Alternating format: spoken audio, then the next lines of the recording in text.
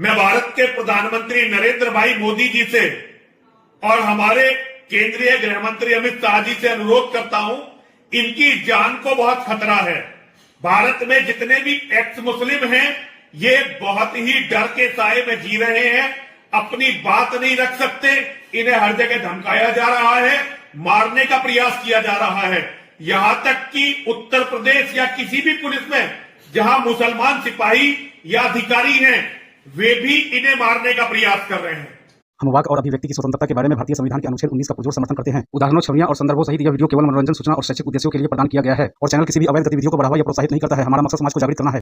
जय हिंद दोस्तों, मैं हूं आपका दोस्त तोहफा एक्स मुस्लिम। दोस्तों, जितने भी हमारे एक्स मुस्लिम भाई हैं और उनके सपोर्टर्स जो हमेशा एक्स मुस्लिमों के पीछे ढाल बनकर खड़े हुए हैं, उन सभी दोस्तों के लिए एक बहुत बड़ी खुशखबरी है। और वो खुशखबरी क्या है, मैं अपनी जुबान से नहीं बताऊंगा, क्योंकि एक अच्छी खबर एक महान हस्ती की जुबान से सुनने का एक अलग ही सुखद अनुभव मिलता है। तो इस खुशखबरी को हम सुनेंगे महाराज यति नरसिम्हानंद जी के मुख मुबारक से। तो चलिए शुरू करते हैं। जी तो भाई, स्वागत है आपका। जी एहसान भाई, आपका बहुत बहुत शुक्रिया और आपको जय हिंद। सलीम भाई तो चले गए, उनको भी जय हिंद, और हमारे सभी सुनने वाले दर्शकों को जय हिंद, नमस्ते, आदाब, सत श्री अकाल। जी, अभी आपने जो सचवाला जी के बारे में अपडेट दिया है, सुनकर दिल खुश हो गया, क्योंकि मैं क्या बताऊं एहसान भाई, मेरे ईमेल पर इतने सारे लोगों के ईमेल आ रहे हैं, आए थे, अभी तक आ ही रहे हैं कि भाई सचवाला जी का अपडेट दीजिए। वीडियो के कमेंट में आ रहे हैं, जो कम्युनिटी पोस्ट में रोज कम्युनिटी पोस्ट डालता हूँ, उसमें भी कुछ लोग मतलब कमेंट कर रहे हैं कि भाई सचवाला जी, कुरान वाला जी का क्या सेहत है, क्या हाल चाल है। तो मैं तो क्या बताऊं, क्योंकि मेरे पास तो अपडेट थी नहीं। अभी आप लोगों सलीम भाई ने दिया है कि वो स्वस्थ हो गए हैं। उसका जो भी गॉड है, हम लोगों ने तो खैर कुरान वाले अल्लाह का इनकार ही कर दिया है, लेकिन जो भी है परमात्मा जो दुनिया को चला रहा है इस वक्त, उनका लाख लाख शुक्र जो हमारे कुरान वाला जी का सेहत को फिर से वापस तंदुरुस्त बना दिया है। जी एहसान भाई। जी तो भाई, अभी आपने शायद आपको पता नहीं है कि हमने जो जानकारी दी है, सम्मेलन होने वाला है हमारा गाजियाबाद के अंदर, जो हमने पहले किया था उससे डबल होने वाला है ये। तो इसमें हमने बताता आ रहा था कि भाई इस तरह से सम्मेलन बनाने जा रहे हैं कि जिसमें हर इंसान को, हमारे उन मुसलमान भाइयों को जो निकल चुके हैं और निकलने वाले हैं और निकलने की इच्छा रखते हैं, उनके लिए ये एक सम्मेलन भी है और एक संगठन के रूप में काम भी करेंगे, ताकि जैसे मैं आज सुरक्षित हूँ, मैं हर खुशी पा रहा हूँ अपने परिवार के साथ रहकर, तो मैं भी चाहता हूँ कि हमारे वो भाई जो निकलना चाहते हैं, और निकलते भाई क्यों हैं हम, वो सभी जानते हैं हम क्यों निकलते हैं और हमारी चाहत क्या है। हमारी ये भी चाहत नहीं है कि हम इससे निकले, हमारी चाहत ये है कि जो इसके अंदर कट्टरता है, जो सोच है ना इंसान के हिसाब से गलत जो लगती है हमें, वो खत्म होनी चाहिए। बस हम ये नहीं कहते कि भाई तुम छोड़ दो इसका हाथ और तुम जो है निकल जाओ इससे, इसको बिल्कुल खत्म कर दो, मत करो यार, उसमें रहो, कोई दिक्कत नहीं है, नमाज भी पढ़ो, रोजे भी रखो, सारे काम करो। सिर्फ जो एक कट्टरतावादी सोच है कि भाई इंसानों को, इन्हें काफिरों को जहाँ पाओ उन्हें कत्ल कर दो, हालांकि हमारे मुसलमान भाई उस पर बहुत बहस करते हैं, उसे डिफाइन करने की कोशिश करते हैं, जबकि वो हो नहीं पाती। समझे, सीधा सा इसका एक जवाब है, या तो इसको इनकार कर दो कि ठीक है आज के बाद हम इन चीजों को नहीं मानेंगे, तो ये भी ठीक है, फिर कोई दिक्कत नहीं है, फिर कोई एक्स मुस्लिम नहीं बनने का। तो ये लड़ाई है, हमारी सोच विचार की लड़ाई है, और कुछ नहीं है कि हम नहीं चाहते कि भाई तुम उससे लिगड़ो या उसे फेंक दो या उसे गंदा बोल दो या कुछ भी करो। ठीक है, नबी मोहम्मद सल्लल्लाहु अलैहि वसल्लम के बारे में जो अच्छी खबरें बताई जाती है मुल्ला मौलवियों के द्वारा, वो हमें अच्छी नहीं मिलती लिखत के हिसाब से। वो कहते हैं ना गाँव की भाषा में कि लिखतम के आगे बख्तम नहीं चलता। तो भाई साहब, हम बख्तम पे नहीं चलना चाहते, हम अब लिखतम पे काम करना चाहते हैं। तो लिखतम पे काम कर रहे हैं और बता रहे हैं लोगों को, और वो निकल रहे हैं। अब हम उनसे जबरदस्ती नहीं निकाल रहे भाई, वो खुद देख रहे हैं, सर्च कर रहे हैं कि हाँ वाकई में ये चीजें हैं। और यहाँ तक ही नहीं, जब वो खुद देख लेते हैं तो आलिमों से पूछने भी जाते हैं, और जब उनके जवाब नहीं मिलते तो वो शक में मुबतला हो जाते हैं। और शक ही सबसे बड़ा दुश्मन है इस्लाम के अंदर मुसलमान का, कि अगर शक आ गया दिल में तो आप जो है, आपकी इबादतें, आपके रोजे नमाज, जितनी भी इबादत है, वो सब नाकाम है, बेकार है, फजूल है वो चीजें, आप काफिर हो फिर इस तरह से। तो मैं तो भाई साहब कहूंगा कि अपनी बात रखें। जी तो भाई। जी एहसान भाई, तो ये जो अभी कबूतर आया था जो आपको दावत दे रहा था, तो ये हमारे विजेंद्र भाई साहब हैं कि ऐसा है ना कि जितने भी लोग हैं सबका अपना अपना तजुर्बा है। एहसान भाई का अपना तजुर्बा है, उस हिसाब से उन्होंने जवाब दिया है। लेकिन मेरी जो सोच है, मेरा जो तजुर्बा है, मेरा सोच अलग ही है। मैं तो ये कबूतरबाजी करते हैं ना, तो भाई इनको जरूरत है, आप सोच करके देखिए। क्योंकि हम जो हाँ, काम हाँ। कर रहे हैं, तो किसी भी उलेमाए दीन के पास में जाना हमारी मजबूरी नहीं है, क्योंकि हमने अच्छे से पढ़ा है, समझा है, इस्लाम में घराने में पैदा लिए हैं, हर चीज देखा है, सारा तजुर्बा पूरा जीवन भर किया है। अरे अभी साल 2 साल से ना एक्स मुस्लिम हुए हैं। अगर कोई भी एक्स मुस्लिम, अगर जैसे एहसान भाई है तो कम एज नहीं है, मेरा भी कोई कम एज नहीं है, पूरा जीवन गुजारा है। तो हमने तजुर्बा किया है, सब चीज देख सुन करके हमने इस्लाम के मुनकर बने हैं, अल्लाह और अल्लाह के रसूल के मुनकर बने हैं। और कुरान को इंसानों की किताब, ये अल्लाह की कोई किताब नहीं, इसको समझ लिया तभी तो छोड़ा है हमने, इसका इनकार किया जी। अल्लाह का। तो इस हमें कोई जरूरत नहीं है किसी के पास जाने में, क्योंकि हमने सारा रिसर्च करके बैठे हैं। हाँ, उनको लगता है कि हम भटके हुए हैं, गुमराह हैं, तो वो हमारे पास में आ जाए। हम हमेशा लाइव स्ट्रीम करते हैं, ओपन है, हम तो किसी को मना भी नहीं करते, किसी ले लेते हैं। जो भी कमेंट बॉक्स में पिन किया हुआ है लिंक आता है, हम ले लेते हैं। फिलहाल जो हमारे नए-नए भाई जुड़े हैं, उनकी जानकारी के लिए मैं फिर से उस वीडियो को चलाना चाहता हूँ, ताकि उन भाइयों को भी पता चल जाए, ठीक है ना? क्योंकि जितने आगे लोग जुड़ेंगे, वो देखेंगे नए-नए, तो वो इसे शेयर करेंगे स्ट्रीम को, ताकि हमारी थोड़ी स्ट्रीम की रीच भी बढ़े और कमेंट भी करें और लाइक शेयर भी करें भाई, प्लीज़। क्योंकि चैनल को बड़ा बनाने की कोशिश करें, क्योंकि जितना बड़ा बनेगा उसमें ही लेकिन तुम्हें यहाँ पे धाकड़ खबर मिलेगी। धाकड़ खबर इसलिए बोला है ठेठ भाषा में कि आपको हर चैनल पे ये जानकारी नहीं मिलने की जो हम काम कर रहे हैं। मैं चाहता हूँ सभी भाई अपने-अपने स्तर पे बेहतर काम करें। जानकारी इस्लाम की सभी दे रहे हैं, लेकिन एक फील्ड में उतर के, एक बाज़ार के रूप में, एक स्टेज के रूप में जो काम कर रहे हैं, वो जानकारी आपको मिलने वाली है। तो मैं उस वीडियो को फिर से प्ले कर देता हूँ एक बार, ताकि देखने वाले भाइयों को वो उसका पता चल जाए कि हमारा आज का मकसद क्या था स्ट्रीम करने का। लीजिए, कैसे खिदमत है जी। देवादिदेव भगवान महादेव शिव और जगत जननी मां जगदम्बा के चरणों में नमन करते हुए शिव शक्ति धाम दासना से मैं यति नरसिंहानंद गिरी, पंचदश नाम जूना अखाड़े का महामंडलेश्वर। मेरे साथ हैं सलीम वास्तविक भाई और एहसान भाई स्वामी अभयानंद जी। एक एक्स मुस्लिमों का महाअधिवेशन होने जा रहा है और ये महाअधिवेशन मानवता की रक्षा के लिए एक बहुत ही बड़ा कदम होगा। और एहसान भाई और सलीम भाई और इनकी पूरी टीम मिलकर इस महाअधिवेशन को कर रहे हैं। मेरा ये सौभाग्य है कि इन्होंने इस महाअधिवेशन के लिए शिव शक्ति धाम दासना को चुना है। मैं मां और महादेव से प्रार्थना करता हूं इन्हें सफलता दे, ताकि ये मानवता की रक्षा में अपना हर संभव प्रयास कर सके। साथ ही साथ मैं भारत के प्रधानमंत्री नरेंद्र भाई मोदी जी से और हमारे केंद्रीय गृह मंत्री अमित शाह जी से अनुरोध करता हूं, इनकी जान को बहुत खतरा है। भारत में जितने भी एक्स मुस्लिम हैं, ये बहुत ही डर के साए में जी रहे हैं, अपनी बात नहीं रख सकते, इन्हें हर जगह धमकाया जा रहा है, मारने का प्रयास किया जा रहा है। यहां तक कि उत्तर प्रदेश या किसी भी पुलिस में जहां मुसलमान सिपाही या अधिकारी हैं, वे भी इन्हें मारने का प्रयास कर रहे हैं। इन्होंने मुझे जो घटनाएं बताई वो इतनी भयावह है कि आप लोग सोच नहीं सकते।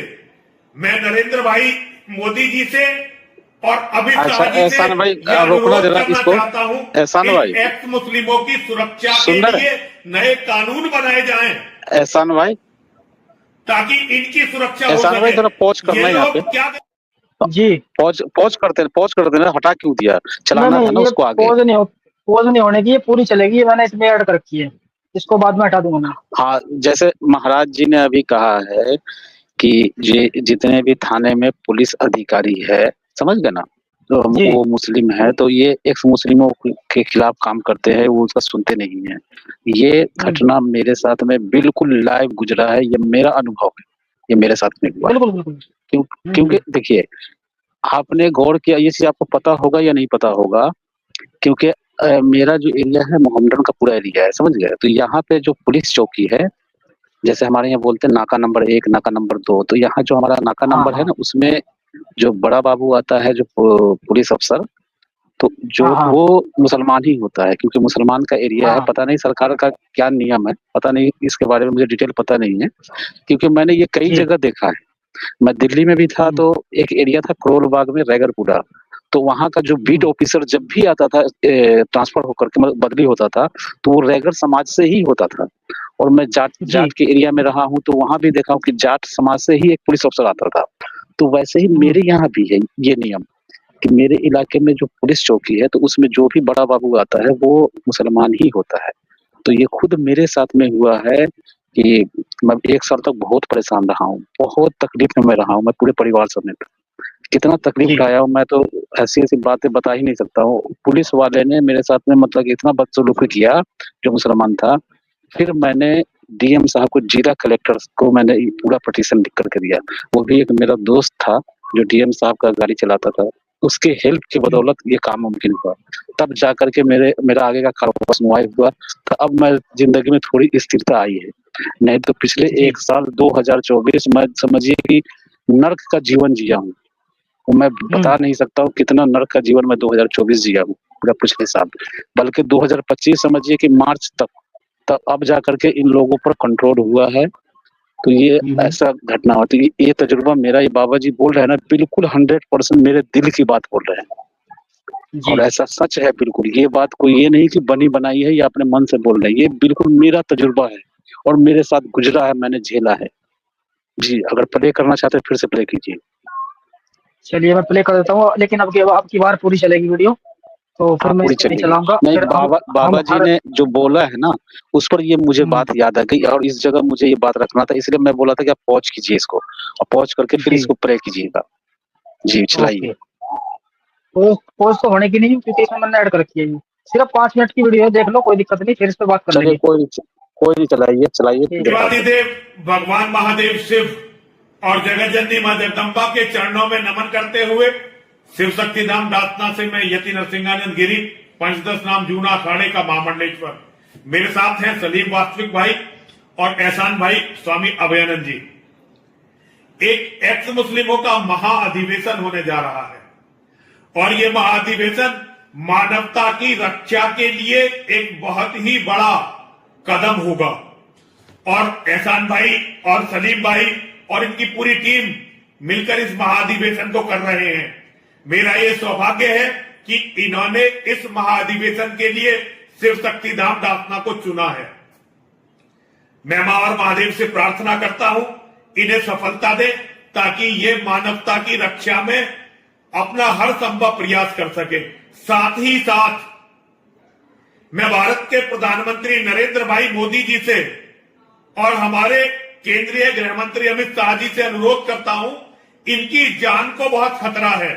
भारत में जितने भी एक्स मुस्लिम हैं, ये बहुत ही डर के साए में जी रहे हैं, अपनी बात नहीं रख सकते, इन्हें हर जगह धमकाया जा रहा है, मारने का प्रयास किया जा रहा है। यहां तक कि उत्तर प्रदेश या किसी भी पुलिस में जहां मुसलमान सिपाही या अधिकारी हैं, वे भी इन्हें मारने का प्रयास कर रहे हैं।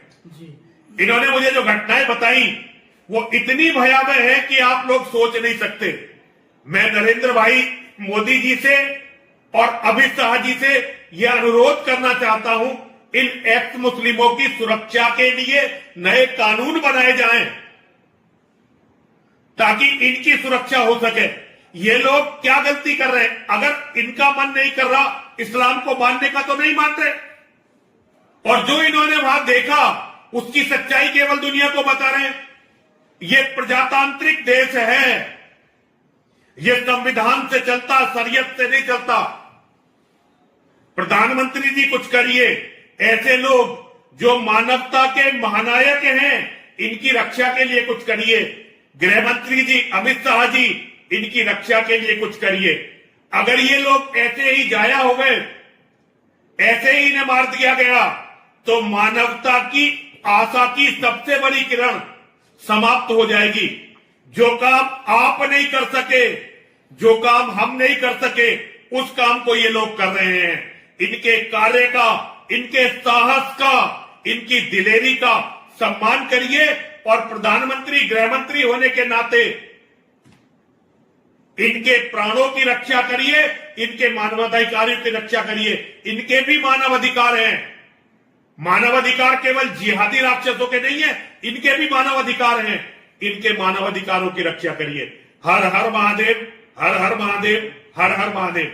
अब सलीम भाई अपनी बात रखेंगे। जय हिंद, जय भारत। मेरी आवाज इतनी जितनी गुरु जी की है, मुझे बहुत जोर से बोलना पड़ेगा। आज हम गुरुजी के पास अपना आग्रह लेके आए थे, पूरा भी नहीं कर पाया आग्रह, थोड़ी सी लाइन बोल ली थी, गुरुजी ने पटाख से कहने लगा वो कुछ बोलने की जरूरत नहीं है, सारा इंतजाम मिलेगा। तो हम तो गुरुजी का इतना हमारे लिए बहुत है कि गुरुजी हमारे पीछे खड़े हैं, और ऐसे अगर और साथी हमें मिलते चले जाए, हम मजबूत हो जाएंगे, अपना आप ही फिर काम बेहतरीन होगा। तो ये 5 तारीख का अगले महीने की वो अक्टूबर हो गया, अक्टूबर की 5 तारीख का यहाँ पे डन हुआ है।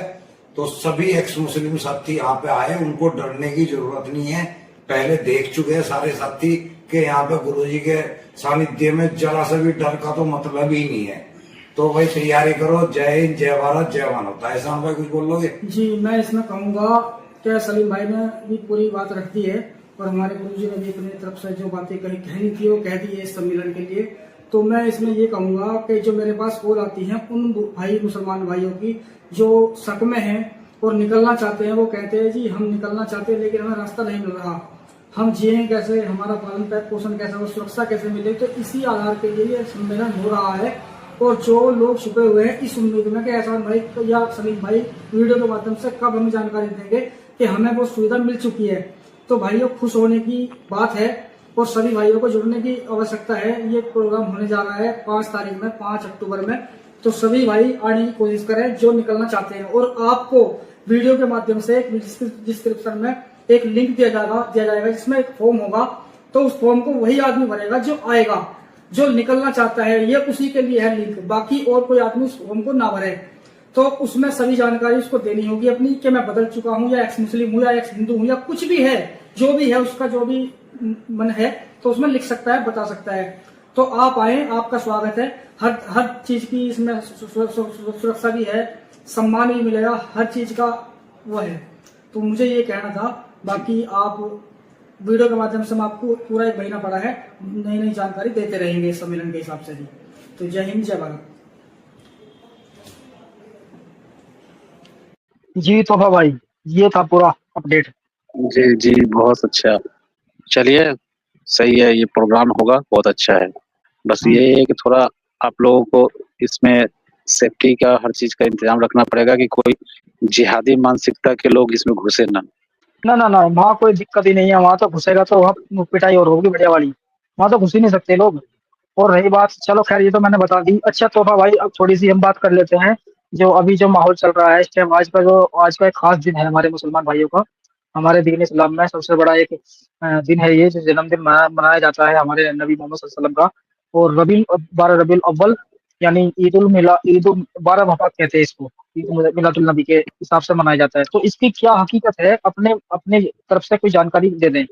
हाँ, तो इस पर मैंने कल लाइव स्ट्रीम किया था ना, कल 4 तारीख था। वैसे मैं आपको बता दूं कि ये रबीउल अव्वल का महीना है हिजरी कैलेंडर के हिसाब से, यानी कि अरबी कैलेंडर के हिसाब से ये रबीउल अव्वल का महीना चल रहा है। और 12 रबीउल अव्वल को 12 वफात मनाया जाता है। 12 वफात इसलिए मनाते हैं, वफात का मतलब होता है मौत। तो रसूलुल्लाह की मौत जो है 12 रबीउल अव्वल को हुई थी।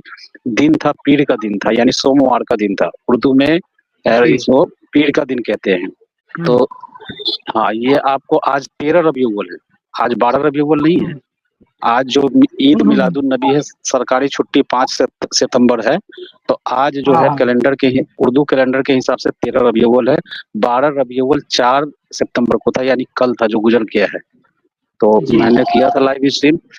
तो इन लोगों ने खैर कल मेरा लाइव स्ट्रीम खराब कर दिया था, कोशिश किया था इन लोगों ने हमारे साथ में, जिहाद किया था इसने, खतना जिहाद।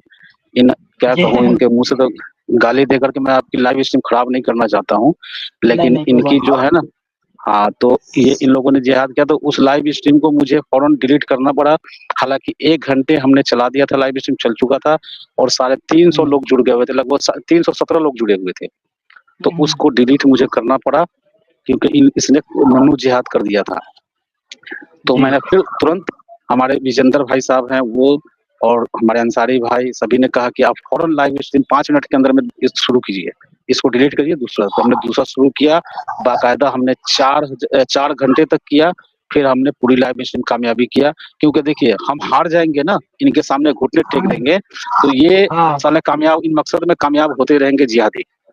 तो चलिए, बिल्कुल। कोई इस अफसोस है कि पहले 1 घंटा हमारा जो हमने प्रेजेंटेशन दिया था ना, बहुत अच्छे ढंग से बताया था रसूलुल्लाह की वफ़ात और रसूलुल्लाह की विलादत, यानी कि उस रसूलुल्लाह की पैदाइश के बारे में। हमने पूरा डिटेल में बताया था, लोगों को जानकारी दिया था और रेफरेंस रख करके जहाँ-जहाँ लिखा गया वो रेफरेंस सामने स्क्रीन पर दिखा करके मैंने किया था। किसी के पीछे से नॉइज़ आ रही है, आप लोग म्यूट कर लीजिए। हाँ, तो एहसान ठीक है। भाई, तो कल का लाइव स्ट्रीम हमने किया, उन लोगों ने कोशिश किया था, क्योंकि हमने जो-जो सच्चाई 1 घंटे में बताई थी ना, और मोमिनों को दिखाया था कि, और चैलेंज कर रहे थे हम बार-बार कि मोमिनों देखते जाओ और शर्माते जाओ अपने रसूलुल्लाह के बारे में, जो उनकी पैदाइश विलादत है, उनकी हकीकत जो कुर्तबी साहब ने लिखा है, कुरान सूरह अर-राद चैप्टर नंबर 13 और आयत नंबर 8 के तफसीर में उन्होंने जो बयान किया है मसला नंबर 5 में, वो चीज़ हम लोगों को दिखा रहे थे बाकायदा, और बीच-बीच में हम मोमिनों को कह रहे थे कि मोमिनों देखते जाओ और शर्माते जाओ। ये तुम्हारे जी। कुर्तबी जो अर्ली स्कॉलर्स हैं, ये अर्ली सबसे उस ज़माने के स्कॉलर हैं जो सबसे पुराने हैं, और ये आपके नबी जो रसूलुल्लाह थे उनके करीब थे ये। और ये जो नए स्कॉलर अभी के स्कॉलर हैं, तो ये तो बहुत दूर है। तो ये लोग जो बात जी। मॉडिफाई करके बताते हैं, उसमें शुगर कोट करके बताते हैं। तो कुर्तबी साहब ने जो भी लिखा है या तिबरी साहब ने जो भी लिखा है, तो वो उस ज़माने के थे जिस ज़माने में इस्लाम पूरी तरह से ताकत में था, पावर में था, और उनको यही लग रहा था कि इस्लाम कभी भी मतलब कि पस्त नहीं होगा, इस्लाम का सूरज नहीं डूबेगा। लेकिन इस्लाम का अब क्या हाल है पूरी दुनिया में, कहने के लिए तो 56-57 देश है, लेकिन इस्लाम और जी। मोमिनों का क्या कंडीशन है, आप लोगों से छुपा हुआ नहीं है। आप लोग देख बिल्कुल, रहे हैं, बिल्कुल। पाकिस्तान है, बांग्लादेश है, सीरिया है, लेबनान है, सब के सब आपस में ही मार-काट मचा रखा है, हर जगह। हाँ। दुनिया भर के आतंकवादी संगठन है, बोको हराम है, आईएसआई है, दुनिया भर के हैं, कितने नाम गिनाऊँ? जितने भी आतंकवादी संगठन है, सब मुसलमानों के हैं, और सब एक-दूसरे को मार काट रहे हैं, कभी शिया सुन्नी के नाम पे, कभी अहमदिया बोहरा के नाम पर, और जहाँ पे ये है वहीं गंद मचा रहे हैं। चाहे वो क्रिश्चियन देश में हो या किसी भी देश में हो, या कोई भी नॉन मुस्लिम देश में ये है, वहाँ गंद मचा रहे हैं, और वहाँ से इसका वर्सेस चल रहा है। यानी कि यहाँ तो कहते हैं कि हिंदुस्तान में कि चलो भाई, ये हिंदुओं की चाल है या आरएसएस की चाल है या मोदी की चाल है। अरे भाई, सीरिया में कौन-सा मोदी है, आरएसएस है? लेबनान में और भी जहाँ मुसलमान देश में जो मुसलमान को काट रहा है, वहाँ पे तो नहीं है ना मोदी जी, वहाँ पे तो नहीं है आरएसएस, लेकिन ये फिर भी आपस में साले लड़ रहे हैं, मर रहे हैं, कट रहे हैं सब। तो ये हालात है आज इस्लाम का, और आने वाले समय में इनका और भी मतलब कि जो जिहाद है ना, कट्टरता, वो बढ़ता ही जा रहा है। ये कमने का नाम नहीं ले रहा है, ये बढ़ता ही जा रहा है जहाँ पे। चाहे बांग्लादेश का भी स्थिति उठा करके देख लीजिए, जैसे शेख हसीना का इन्होंने तख्तापलट किया है और वहाँ बेकसूर लोगों पर जुल्म किया है, नरसंहार किया है हिंदुओं का। फिर उसके बाद में अपने ये बंगाल में चले आइए, जब वक्फ बिल का ये प्रोटेस्ट कर रहे थे, तो वहाँ मुर्शिदाबाद में इन्होंने आग लगाया है, वहाँ बेकसूर लोगों का दुकान लूटा है, मंदिर को तोड़ा है और हिंदुओं पर हमला किया बिना कसूर का। उनका कोई बेचारे का गुनाह नहीं था, कुछ लेना-देना नहीं था। तुम सरकार के लिए तुम प्रोटेस्ट कर रहे हो, सरकार के खिलाफ तुम प्रोटेस्ट कर रहे हो, तो उन बेचारों के घरों पर तुमने क्यों हमला किया? तो ऐसे ही है। अभी एहसान भाई, अभी हमारे बिहार के अंदर में इलेक्शन होने वाला है, अभी विधानसभा का, आपको अक्टूबर में या होगा इलेक्शन। तो अभी इस यहाँ जो चल रहा है ना, नज़दीक है टाइम, तो लोग जैसे कि यूट्यूबर या न्यूज़ चैनल गाँव-गाँव घूम-घूम करके लोगों का इंटरव्यू ले रहे हैं, लोगों की स्थिति दिखा रहे हैं। तो यूट्यूब पे अभी एक चैनल है एनएमएफ न्यूज़, तो उनका रिपोर्टर ग्राउंड ले गया है यहाँ, तो उसने दिखाया है पूरा रियल वीडियो, आप लोग देख लेंगे यूट्यूब पर। वहाँ के हिंदुओं का स्थिति दिखाया है, सीमांचल एरिया है, जिसमें आता है बंगाल के बॉर्डर से सटे हुए सीमांचल आता है, किशनगंज है, अररिया है, पूर्णिया है। ये बिहार का 3 या 4 डिस्ट्रिक्ट है जो सीमांचल कहलाता है, यानी कि बांग्लादेश के सीमा पे पड़ता है। बांग्लादेश कह रहा हूँ, सॉरी, बंगाल, पश्चिमी बंगाल जो है उसका सीमा पड़ता है और बिहार का बॉर्डर पड़ता है। तो वहाँ के हिंदुओं की स्थिति इतनी बुरी है, मैं क्या बताऊँ, आप देखोगे ना, आपकी आँख से आँसू निकल जाएगा। वहाँ के लोगों का बयान देखोगे, उसकी कहानी सुनोगे, वहाँ पे क्या स्थिति है, क्या बताऊँ मैं। अब वीडियो अगर आप लोग देखोगे, न्यूज़ सर्च करोगे, आप लोग जितने भी दर्शक हैं, उनको मैं बता रहा हूँ, न्यूज़ का चैनल का नाम है एनएमएफ। अगर वीडियो देखना चाहिए, वो अभी उनके रिपोर्टर जो है ना, बिहार में गाँव-गाँव में घूम रहे हैं, जहाँ पे डेमोग्राफिक चेंज हुआ है, जहाँ पे अभी 20 साल पहले वहाँ पे 30% हिंदू था पूर्णिया डिस्ट्रिक्ट में। आज वहाँ पे 65% मुसलमान हो चुके हैं। वहां पे 30% आप अंदाजा लगे, सिर्फ 20 साल के अंदर में कितना बड़ा डेमोग्राफिक चेंज हुआ है। मुसलमान वहाँ 30% थे 20 साल पहले 2005 में। आज 2025 का आंकड़ा बता रहा है इलेक्शन कमीशन की तरफ से कि वहाँ 65% मुस्लिम आबादी हो चुकी है और हिंदू वहां से पलायन करने पे मजबूर हो रहे हैं। जो लोग बेचारे हैं खानदानी वहां रह रहे हैं, वो कह रहे हैं हम जाए कहाँ जाए, हमारे लिए कौन सा देश है भाई, कौन से राज्य में जाए हम अपना घर बार छोड़ करके, खानदानी से पुश्तैनी सब जगह छोड़ छाड़ करके यहाँ से। और ये लोग बढ़ते ही जा रहे हैं, बढ़ते ही जा रहे हैं। और ये बुरा हाल दिखाया है कि साइकिल पे, मोटरसाइकिल पे चमड़े लाद करके खून टपक रहे हैं और मंदिर के सामने से जा रहा है बेचारे डर से। थाने में सुनवाई नहीं है, पुलिस ऑफिसर एसएचओ कोई भी सुनवाई नहीं कर रहा है, वहां आ रहा है बस देख दाख करके और सुलह सलाह करा के चला जा रहा है। अभी हमारे यहाँ बिहार का सबसे महत्वपूर्ण पर्व होता है छठ। तो पिछले छठ में उन लोगों ने उनके जितने भी घाट थे, जिन लोगों ने सजाए थे पूजा पाठ के लिए, उस सबको खंडित कर दिया सबको वहां के मुसलमानों ने। और आपको बताऊं छठ पर्व बिहार का इतना महत्वपूर्ण पर्व है, मैं बता नहीं सकता हूँ। लोग इतनी कठिनाई से उसको व्रत करते हैं और इतनी मान्यता देते हैं, इतना पवित्र उनको मानते हैं दिलो जान से। तो ये मेरी बातें थी एहसान भाई। तो मुझे इस बात का जी जी देख करके ये आंख से आंसू हाँ आ गया, देख करके एक हिंदुस्तान का हिंदू ये इतनी बुरी स्थिति में है। जी जी जी खैर ये ये घटना कहते बहुत हैं ना दुखद है। एहसान भाई कहते हैं ना कि अब मुसलमानों की आबादी बढ़ेगी तो क्या होगा। हम यही बता रहे हैं कि मुसलमान की आबादी बढ़ेगी, जैसे मेजोरिटी में ये आएंगे तुम्हारा जीना हराम कर देंगे। ये जब तक भाईचारा चल रहा है, जब तक ये 20%, 25% या 30% पे है, जैसे ये 50% पे पहुंचेंगे, 40% पे पहुंचेंगे, वो सामने वाले का, नॉन मुस्लिमों के आसपास के रहने वाले का भाईचारा तो छोड़िए, उनका जिंदगी दूभर कर देंगे। आप लोगों को अगर मिसाल देखना है तो ये वीडियो आज ही अपलोड हुआ है, नया वीडियो है, चैनल में बता रहा हूँ, उसका जाकर के देखिए वीडियो, आप लोगों को पूरा एहसास हो जाएगा। जितने भी हमारे व्यूअर्स अभी मुझे सुन रहे हैं, वो चैनल का मैंने नाम बताया है NMF न्यूज। वो वीडियो अभी अभी अपलोड हुआ है, आप लोग जाकर के देखिए और वो रिपोर्ट देखिए, बिल्कुल ग्राउंड रियलिटी, ग्राउंड पर जाकर के पत्रकार पूरा इंटरव्यू ले रहा है। ये नहीं कि कोई स्टूडियो में बैठ करके कोई सुना रहा है, ग्राउंड रियलिटी दिखा रहा है वहां पर जा करके। आप लोग देखिए, आंख से आंसू नहीं आ गए तो आप तोहफा को गाली दीजिएगा, जो भी आपके मन में आए दूसरी लाइव स्ट्रीम में आकर के मुझे गाली दीजिएगा। आपके आंख से आंसू आ जाएंगे उनके दर्द सुन करके, वहां के लोगों के, जो लोकल हिंदू रह रहे हैं। हिंदुस्तान में यार बड़ी शर्म की बात है, हिंदुस्तान में हिंदुओं को इतनी तकलीफ झेलनी पड़ रही है, बड़ी शर्म की बात है। दोस्तों अगर आज की ये डिबेट आपको शानदार लगी है तो अपनी फीलिंग कमेंट में लिखिएगा जरूर। और एक्स मुस्लिम एक्टिविज्म के लिए हमारा समर्पण आकर्षक है, तो ज्वाइन बटन दबाकर हमारे चैनल का मेंबरशिप ले लीजिए, हमें और ज्यादा सपोर्ट मिलेगा। और चैनल को सब्सक्राइब किए बिना ना छोड़े, साथ में वीडियो को लाइक, शेयर और कमेंट भी किया करें, ताकि आपके लिए अच्छी अच्छी डिबेट हमेशा लाता रहूं।